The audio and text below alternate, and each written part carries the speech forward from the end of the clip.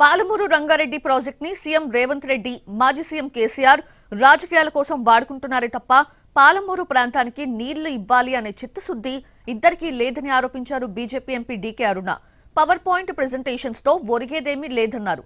Palamuru రంగారెడ్డిపై irrigation నిపుణులు, అధికారులు, ప్రజాప్రతినిధులతో సమీక్ష చేసి 2-3 ప్రాజెక్టు పూర్తి చేసేందుకు సీఎం రేవంత్ రెడ్డి చొరవ తీసుకోవాలని కోరారు డీకే అరుణ. పాలమూరు రంగారెడ్డి ప్రాజెక్టు ద్వారా నీళ్లు ఇవ్వాలని, పాలమూరు రైతులను ఈ కరువుల నుంచి రక్షించాలని ఒక చిత్తశుద్ధి ఇద్దరికీ లేదు. గతంలో కేసీఆర్ గారు పవర్ పాయింట్ ప్రజెంటేషన్ చేసిండు.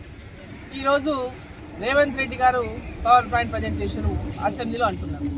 2 ఏళ్ళైంది కాంగ్రెస్ చేయలేదని ఆయన, 10 ఏళ్ళ నుండి వాళ్ళు చేయలేదని ముఖ్యమంత్రి.